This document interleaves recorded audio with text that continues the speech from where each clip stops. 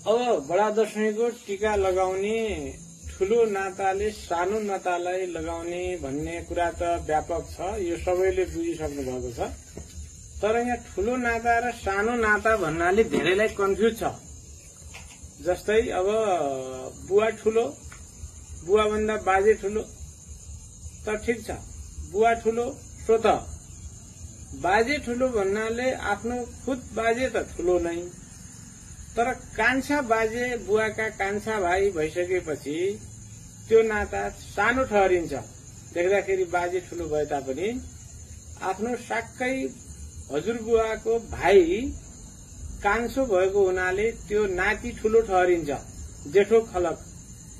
त्यो कान्छापट्टिको बाजेले नाति भए तापनि नाति कहाँ टीका लगाउन जानुपर्छ त्यहाँ। त्यस्तै अब काका नाता ठूलो भए पनि जेठाको छोरो भएको हुनाले भतिजा कहाँ टीका लगाउन जानुपर्छ, भतिजा ठूलो नाता हो। त्यस्तै सबै कान्छा खलकले जेठा खलकतिर प्रत्येकको चाहिँ जेठो खलक। हाम्रो अछाममा रजबार भनिन्छ, नायक भनिन्छ, जसको पनि नायक या रजबार नाति नातामा पर्छ। ती बाजेहरूले त्यहाँ चाहिँ टीका लगाउन जानुपर्छ। अब टीका चाहिँ फेरि बाजेले नै लगाइदिनुपर्छ। जाने कुरामा चाहिँ नातिको घरमा उसले जानुपर्छ, बाजेले, काकाहरूले। त्यस्तै अब इष्टमित्रको नातामा छ। अब दिदी भिनाजु नाताले ठूलो देखियो, तर ससुराली नाता ठूलो हो। सालाको घरमा भिनाजुले जानुपर्छ। सालो सानो नाता अथवा उमेरले सानो भए पनि भिनाजु दिदीले जहिले पनि सालाको घरमा टीका लगाउन जानुपर्छ। त्यस्तै अब फुपूका छोराहरू, मामाका छोराहरूको हकमा अब मामाको छोराको घरमा फुपूको छोरा जानुपर्छ, कान्छो भए पनि। मामाको छोरा नाताले कान्छो छ, भाइ छ, सानो पनि छ, तर त्यो ठूलो बुढो भए पनि फुपूको छोराले मामाको छोराको घरमा जानुपर्छ। फुपूको छोराको घरमा मामाको छोराले टीका लगाउन जानु हुँदैन। भान्जले मामाकै घरमा जाने र दिदीले चाहिँ भाइकै घरमा जाने हो।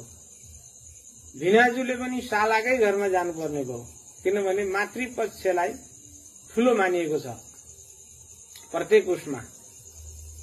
त्यस्तै अब आयो दक्षिणाको कुरो। दक्षिणा पनि ठूलोले सानोलाई दिने त भनिन्छ। ठूलोले सानोलाई भन्नाले जसले दक्षिणा खानेपट्टिलाई मात्रै दक्षिणा दिने हो। बाबुले छोरालाई टीका लगाउँदाखेरि छोरालाई दक्षिणा दिनु आवश्यक छैन, काकाले भतिजालाई आवश्यक छैन। हो छोरी चेलीहरूलाई चाहिँ दिनु पर्यो, ज्वाइँ भान्जाहरूलाई दिनु पर्यो।